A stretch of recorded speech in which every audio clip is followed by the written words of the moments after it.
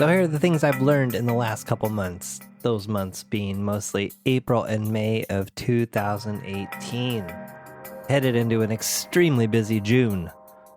I have 2 conferences coming up and a family camping trip. And how all that fits into June, I'm not sure. One of the best discoveries or learnings came out of going deeper with a guy named Kyle Cease. Now, I never heard of him before, but I did hear about him at the mastermind events I went to earlier in the year.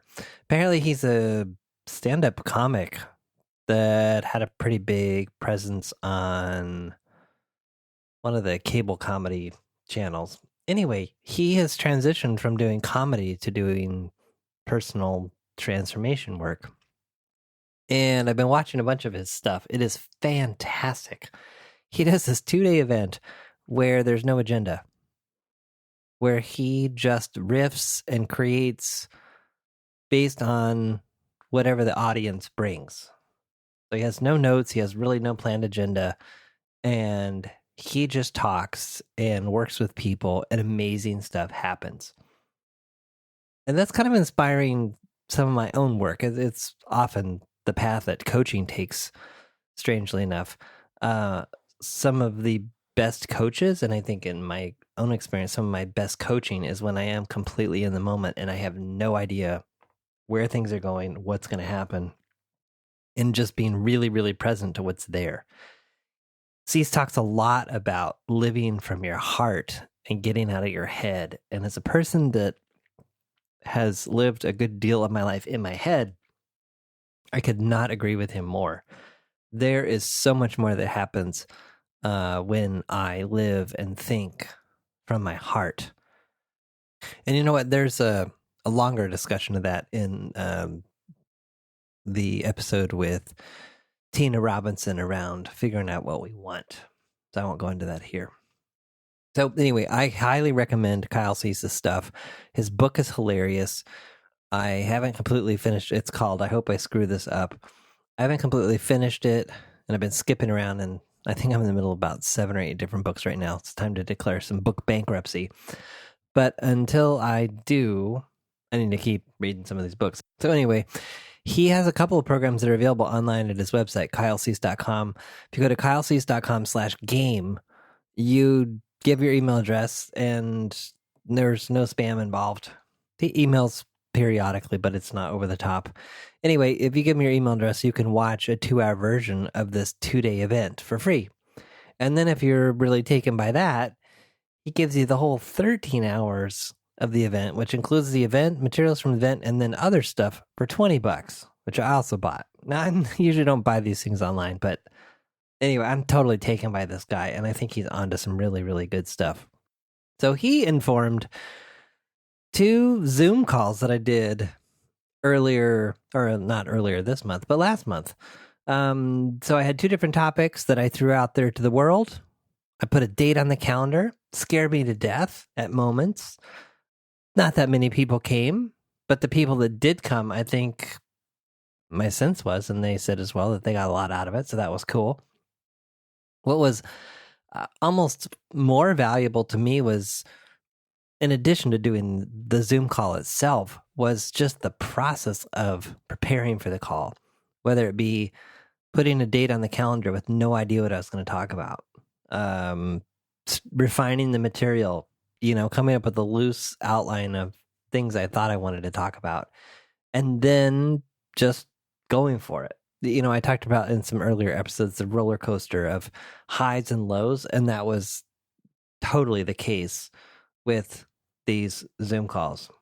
I was surprised by how open people were. People shared some really personal stuff, and everyone was able to benefit from each other. It was really, really lovely. I learned some things about promoting it. I found that sending to my mailing list generated no signups.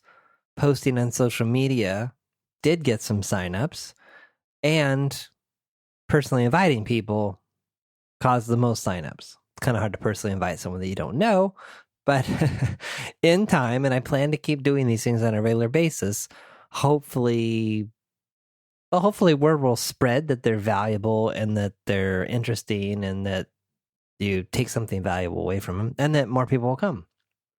So you might be saying to yourself, well, John, how would I do this Zoom call thing that you speak of? It's not a webinar. It's not a conference call. It's a Zoom call, which is, it's like Blue Jeans or WebEx or one of those video platforms. Everyone can see each other if they choose to have their cameras on. And you basically sign up for a Zoom account, pick a date, pick a topic that you have something to say about, even if you're not sure what it is you're going to say, and then commit to it. This was the critical aspect of all of it. At a certain point, I asked myself, oh my goodness, why did I do this? What's going on here? And then I just said, you know what? I am totally committed to this event, and I'm going to define what success is. And success is that I do my best to hold and have this event. It doesn't matter if anyone comes or not. Success is I did everything that I could to have the event, and that I had the event. And that really changed the orientation of some of the promotional opportunities that I had, where I kind of just went for broke. I thought, well, what are people going to think if I post this thing too many times, or will they like it or will they not? And because I was just committed to doing everything I could to make the event happen, I pushed myself a little further than I would have normally. Along those lines, I would say one of the biggest epiphanies I had of the last month and a half or so was the familiarity of the gremlins and the cycles of them showing up. It's like almost like building a muscle. And, I don't know if you've done any strength conditioning or anything, you start to feel stronger, you start to see the muscles, and you just start to just carry yourself and feel differently. That's what's happening. I'm starting to see what some of this gremlin imposter syndrome garbage. Imposter syndrome, if you're not familiar with the term, it's the idea that a lot of times when we venture into a new area that we don't feel overly confident in, or we're not sure how well we feel like we have enough competence that we can talk about it. Well, the minute that we stick it out there, the fear is that, oh no, people are going to realize that I'm just a big poser. I'm faking it. I don't really know what I'm doing. I'm an imposter. So I call that imposter syndrome. So I see it like clockwork. And what's really been exciting is to not listen to it as much as I used to in the past. So I'll get to this in a little bit, but I'm teaching a class in podcasting in Portland, Oregon. So if you're local in the month of July, go to Portland Underground Graduate School, look at the July courses, and there's a course listed there on how to get started with podcasting. So I'm teaching a course. Well, I put the course out there, and the next day I thought to myself, oh no, I'm an imposter. I don't really know. What are people going to think? They're going to think I'm doing it the wrong way. Oh no. And then in a moment of just growth, and I'd like to say a little brilliance, I said to myself, this is totally expected. You put something out into the world, it's a little scary, and of course, now you're having those thoughts of, oh, maybe I don't know what I'm doing. Maybe people think it's just like, this is to be expected. And you know what? You've learned from past experience that tomorrow or the next day or even 4 hours from now, you're going to feel different. And you know what? I did. I woke up the next morning and I was like, well, yeah, I got enough good material here. I am not positioning this course as this master level podcasting audio production thing. I'm positioning it as, beginning to end, understand how it works, understand the basics. And I'm totally going to deliver and over deliver on those things. So there's not going to be a problem.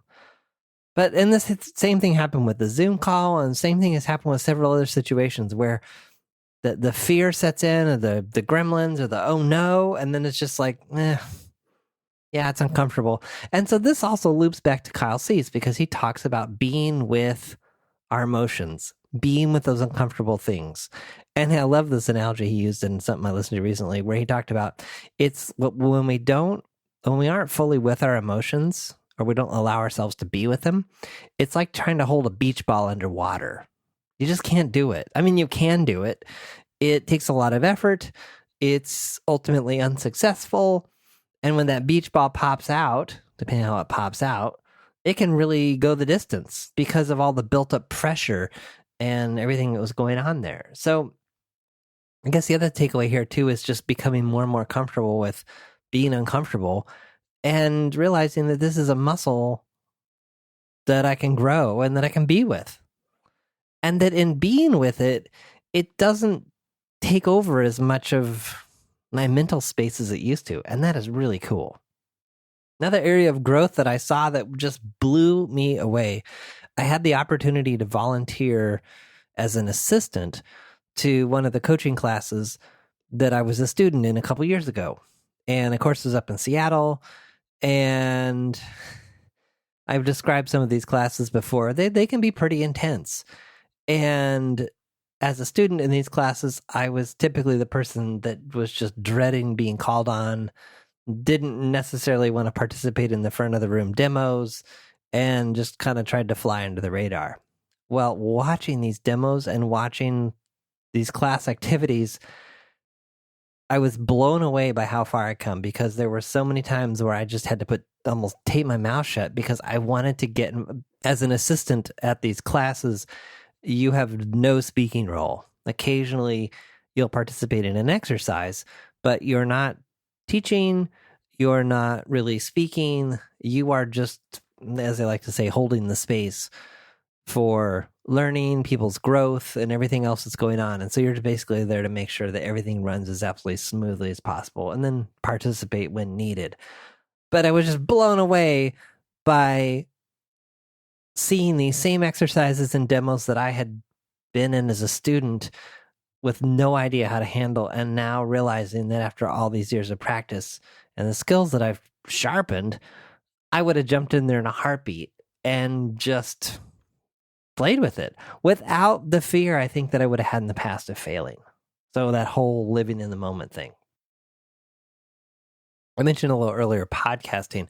And I mentioned podcasting was one of the outcomes of the mastermind that I went to at the beginning of April in terms of how could this play a larger role.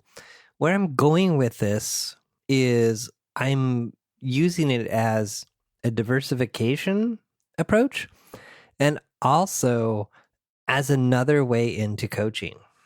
So thanks to my friend Stephen Worley, I was talking to him about this idea of, it's so funny because he said this to me a couple years ago, you should be a coach to podcasters.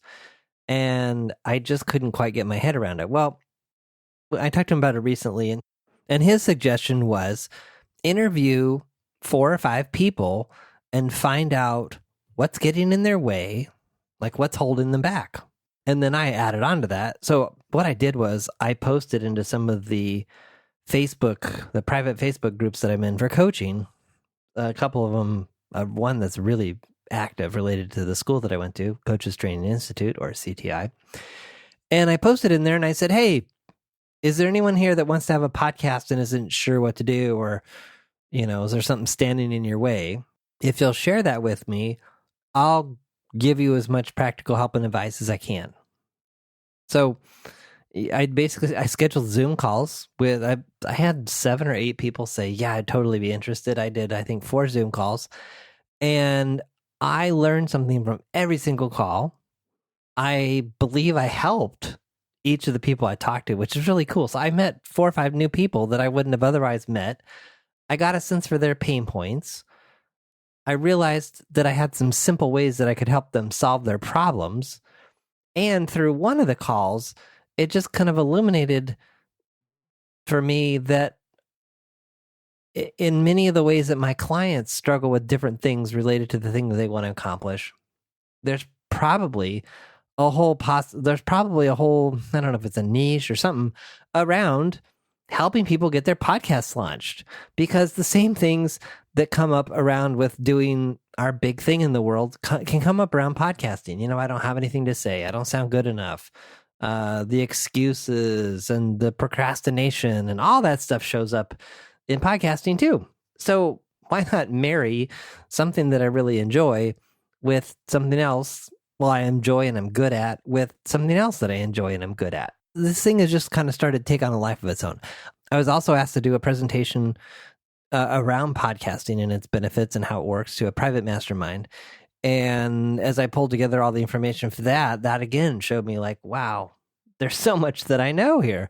And then that sparked my thought of, okay, if I want to keep pushing this thing forward, where could I push it forward and how could I get out into the world more? And because of this coaching thing that I'd assisted at in Seattle, I met someone that had taught through this Portland Underground Graduate School and raved about it. So I contacted them and said, hey, do you think they'd want a class on podcasting? One thing led to another. We're doing a class on podcasting in July 2018. So just following this path, it's quite amazing. So I'll put out that same offer here. And I have put this offer out on some previous podcasts, and I've had one or two people take me up on it. And I would love for more people to take me up on it, which is if there's something you want to talk about, it can be anything, reach out. Let's have a conversation. I'll get on Zoom with you for 30 minutes, much like I did with these 4 or 5 Zoom calls I did with people around podcasting. I'm not selling anything. I'm not pushing anything. We're just having a conversation. Now, if in the conversation you think, oh my gosh, I'd like to talk to you more often or work with you or whatever, yeah, we can have that conversation. But I just want to be really clear that this is not some sneaky thing to get you on the phone and lock you into a Zoom call and not leave until you buy something from me. That's not what's going on here. So if you have questions about podcasting, how to start one, something holding you back, anything else that's resonated or that you disagree with from a previous episode, send an email to podcast@johnpolster.com and I'll send you a link. We'll find a time and we'll get on Zoom and meet each other. So my challenge to you today, going back to this situation I described of feeling like an imposter and feeling overwhelmed and, oh no, I'm in over my head. My challenge to you would be to be with those things, to be with those feelings and to watch them and not take them so seriously and not act so quickly to try to make them go away, whether that be to numb yourself, procrastinate, check out, whatever you do to avoid uncomfortable feelings or thoughts. Be with them a little bit and realize that for most of them, 4 or 5 hours of the next day, something's going to be different.